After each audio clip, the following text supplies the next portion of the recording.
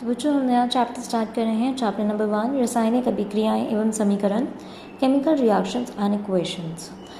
इस चैप्टर के अंदर हम किस बारे में पढ़ने वाले हैं? हम इस चैप्टर के अंदर मेनली रासायनिक अभिक्रियाओं के बारे में पढ़ेंगे और ये पढ़ेंगे कि उन रासायनिक अभिक्रियाओं को किस तरीके से लिखा जा सकता है। तो लिखने के उसके तरीक़ों को समीकरण, इक्वेशंस कहते हैं। अब आपने ये ऑलरेडी छोटी क्लासेस में पढ़ रखा है इससे पहले। भौतिक परिवर्तन और रासायनिक परिवर्तन किसे कहते हैं? भौतिक परिवर्तन वह क्रियाएं होती हैं जिसमें भौतिक गुणों में परिवर्तन आता है, जैसे कि बर्फ़ का पिघलना या फिर पानी का गर्म होकर भाप में परिवर्तन होना। तो इसके अंदर कोई रासायनिक अभिक्रिया नहीं हुई है, भौतिक गुणों में परिवर्तन आया है, जल जल ही रहा, कोई नई चीज़ नहीं बनती। अगला है रासायनिक परिवर्तन। रासायनिक परिवर्तन क्या है? वह क्रिया जिसमें रासायनिक गुणों में परिवर्तन आता है और कोई नया उत्पाद बनता है।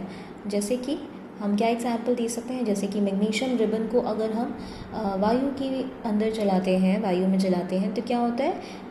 मैग्नीशियम रिबन जलकर मैग्नीशियम ऑक्साइड में परिवर्तित हो जाती है, वाइट कलर की ऐश पाउडर बन जाता है। तो इसमें एक नया उत्पाद बना, रासायनिक गुणों में परिवर्तन आ जाता है, इसे रासायनिक परिवर्तन कहते हैं। अब रासायनिक परिवर्तन से रिलेटेड है रासायनिक अभिक्रिया।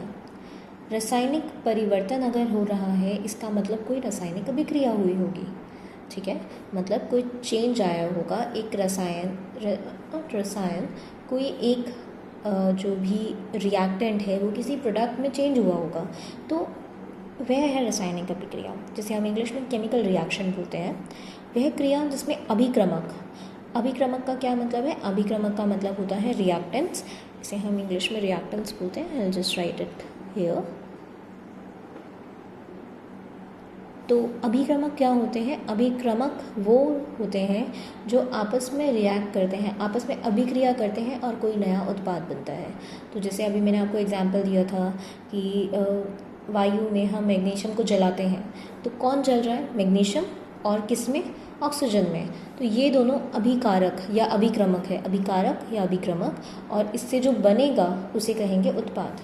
तो वह क्रिया जिसमें अभिक्रमक आपस में मिलकर उत्पाद बनाते हैं उसे रासायनिक अभिक्रिया कहते हैं, ठीक है? आप इसे लिख सकते हैं कि कोई रिएक्टेंट्स है और रिएक्टेंट्स के बाद क्या बनेगा? प्रोडक्ट्स। ये मैंने इंग्लिश में लिखा है, आप इसको हिंदी में भी लिख सकते हैं। रिएक्टेंट अभिकारक, अभिकारक से जो बनेगा वो प्रोडक्ट्स। और ये क्या है? ये है एक रासायनिक अभिक्रिया, केमिकल रिएक्शन। अब हम कुछ और डेफिनेशंस पढ़ लेते हैं। अभिकारक रिएक्टेंट्स को बोलते हैं वह पदार्थ जो रासायनिक अभिक्रिया में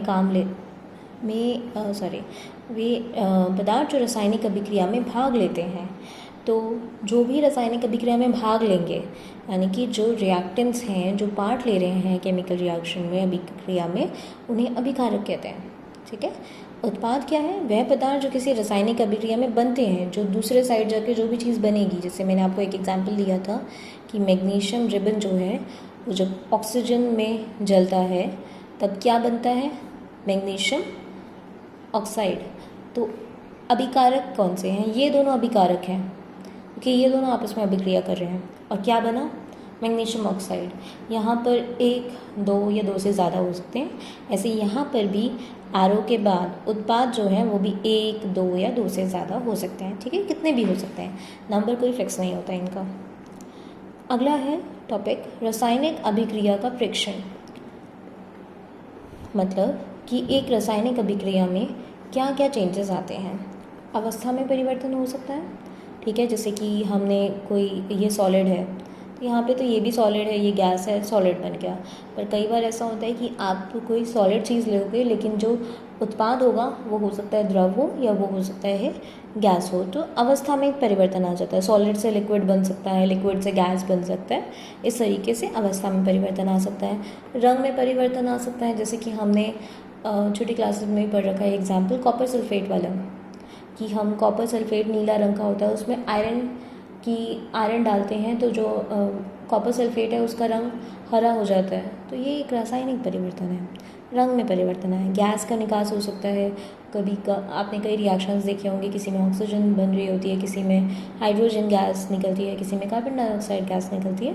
तो ये सारे भी रासायनिक अभिक्रिया के प्रेक्षण है। गैस का निकास या उत्सर्जन हो सकता है। तापमान में परिवर्तन, या तो तापमान बढ़ जाता है या फिर तापमान कम हो जाता है।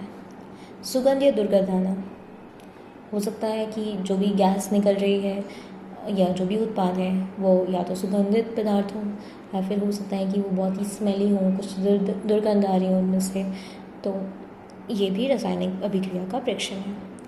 अब इसके बाद हम अगला टॉपिक करेंगे रासायनिक समीकरण, केमिकल इक्वेशंस। तो देखिए, जो ये मैंने आपको ऊपर लिखकर दिखाया था कि इधर रिएक्टेंट्स लिखते हैं, इधर प्रोडक्ट्स लिखते हैं, ये क्या है? ये है शब्द समीकरण, वर्ड इक्वेशन। वर्ड के फॉर्म में हम लिख रहे हैं इसे। यहाँ पर इस साइड में, लेफ्ट साइड में हम हमेशा अभिकारक लिखते हैं और राइट साइड में लिखते हैं हम हमेशा उत्पाद। लेफ्ट साइड अभिकारक और राइट साइड में हमेशा क्या लिखेंगे हम? उत्पाद।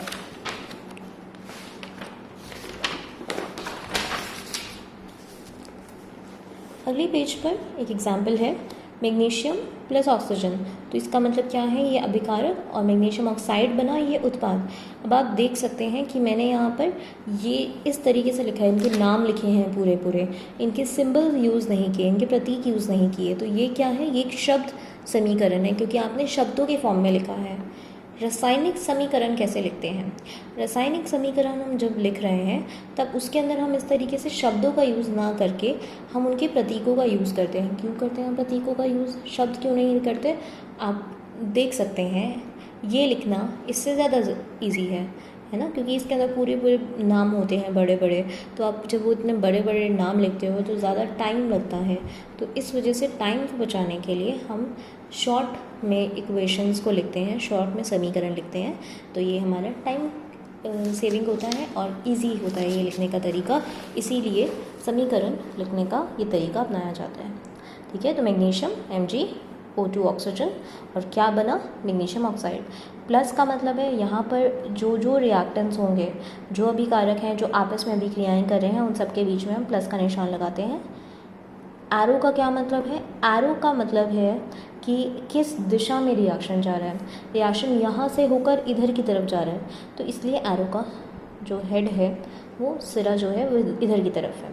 अगर कभी कभार क्या होता है, कोई रिएक्शन वापस भी जा रहे होते हैं, यहाँ पे हमेशा हम रिएक्टेंट्स ही लिखते हैं, यहाँ पे हम हमेशा प्रोडक्ट्स, यहाँ पे हमेशा उत्पाद लिखेंगे, यहाँ पर हमेशा अभिकारक लिखेंगे। लेकिन कभी कभार कुछ रिएक्शंस ऐसे भी होते हैं जो वापस जा रहे होते हैं, तो एक एरो इधर हो सकता है और एक एरो आपको हो सकता है एक इधर की तरफ भी एरो दिखाई दे।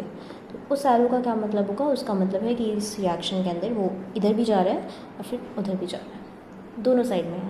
ठीक है, तो बेसिकली एरो का क्या मतलब आप बता सकते हैं? एरो का मतलब है कि यह बताता है किसी भी समीकरण या किसी भी अभिक्रिया की दिशा, किस दिशा में जो अभिक्रिया है वो बढ़ रही है, वो बताता है। यह एक कंकाली समीकरण है।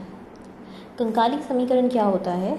इसमें दोनों ओर तत्वों के परमाणुओं की संख्या समान नहीं होती, यह असंतुलित समीकरण है। कंकाली समीकरण में सिर्फ हम लिख देते हैं कि कौन से रिएक्टेंट्स हैं, कौन से प्रोडक्ट्स हैं, हम उसे संतुलित नहीं करते। अब आपने द्रव्यमान संरक्षण का नियम पढ़ा है, उसके अकॉर्डिंग ये होता है कि ना तो किसी भी द्रव्यमान की संरचना की जा सकती है, ना ही उसका विनाश हो सकता है। उसके साथ साथ आपने ये भी पढ़ा होगा कि उत्पाद और अभिकारक जो होते हैं, उनके तत्वों की कुल संख्या या उनका जो कुल द्रव्यमान है वो हमेशा बराबर होता है। तो जितना लेफ़्ट साइड पे है उतना ही राइट साइड पे होना चाहिए। अगर मैग्नीशियम यहाँ पर 1 है तो यहाँ पर भी 1 होना चाहिए। अगर यहाँ पे ऑक्सीजन 2 है तो यहाँ पे भी ऑक्सीजन 2 होने चाहिए। बट जैसे कि हमें यहाँ पे दिखाई दे रहा है, यहाँ पे ऑक्सीजन कितने हैं? यहाँ पे ऑक्सीजन सिर्फ 1 ही है। तो यहाँ पर हमें ये दिखाई दे रहा है कि ये जो रिएक्शन है, ये अभिक्रिया संतुलित नहीं है, तो इसे हम असंतुलित समीकरण कह सकते हैं। और ऐसे समीकरण जो होते हैं वो कंकाली समीकरण होते हैं, क्योंकि उसके अंदर संतुलन नहीं होता, उसमें सिर्फ रिएक्टेंट्स और प्रोडक्ट्स लिखे होते हैं, अभिकारक और उत्पाद बताए होते हैं, उसके अंदर उसको संतुलित नहीं किया जाता। ये कंकाली समीकरण है।